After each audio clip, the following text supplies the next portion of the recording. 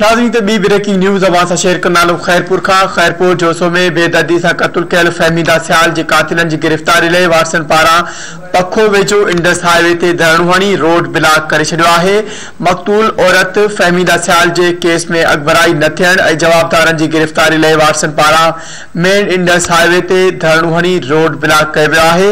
ख़बर जे हवाले सां अवां खे अपडेट करण नालो त धरणे सबबि लाड़काणो कराची रोड ट्रैफिक लाइ बंदि थी वियो, जंहिं सबबि गाॾियुनि जूं डिघियूं कतारूं लॻी वियूं आहिनि।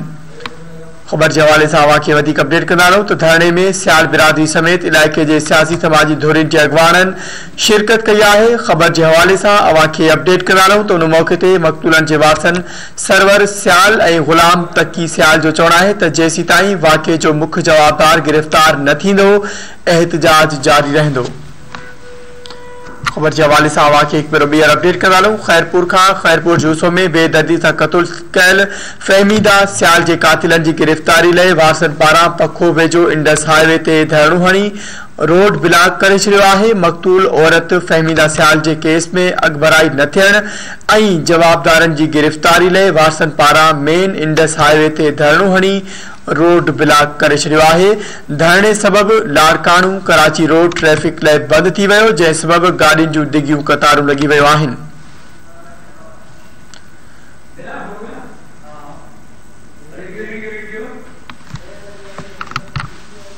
ख़बर के हवाले से अवां खे अपडेट कंदा रहूं। खैरपुर जूसो में बेदर्दी सां क़त्ल कयल फहमीदा सियाल जे कातिलनि जी गिरफ़्तारी लाइ वारसनि पारां पखो वेझो इंडस हाईवे ते धरणो हणी रोड ब्लॉक करे छॾियो आहे।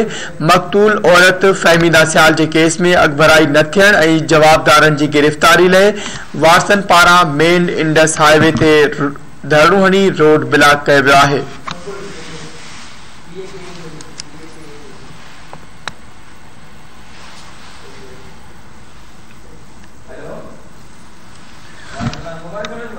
खबर के हवाले से अवां खे अपडेट कंदा रहूं। नाज़रीन हिकु भेरो ॿीहर खैरपुर जूसो में बेदर्दी सां क़त्ल कयल फहमीदा सियाल जे कातिलनि जी गिरफ़्तारी लाइ वारसनि पारां पखो वेझो इंडस हाईवे ते धरणो हणी रोड ब्लॉक करे छॾियो आहे।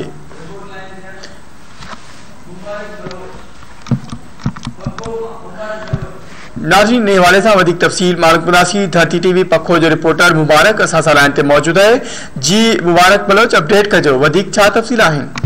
जी, मक़तूल औरत फहमीदा सियाल जे केस में अॻभराई न थियण ऐं जवाबदारनि जी गिरफ़्तारी लाइ वारसनि पारां मेन इंडस हाईवे रोड ते धरणो हणियो वियो आहे, जंहिं सां लाड़काणो ऐं कराची रोड ब्लॉक थी वियो आहे। धरणे में सियाल बिरादरी समेत इलाइक़े जे सियासी समाजी धुरियुनि जे अॻवाननि शिरकत पिणु कई आहे। उन मौक़े ते मक़तूला औरत जे वारसनि सरवर सियाल ऐं ग़ुलाम तकी सियाल जो चवणु आहे त जेसिताईं वाक़िए जो मुख्य जवाबदार शहीद इसरान गिरफ़्तार न थींदो तेसिताईं एहतजाज जारी रहंदो। जी, अपडेट करण लाइ अवां जी वॾी महिरबानी।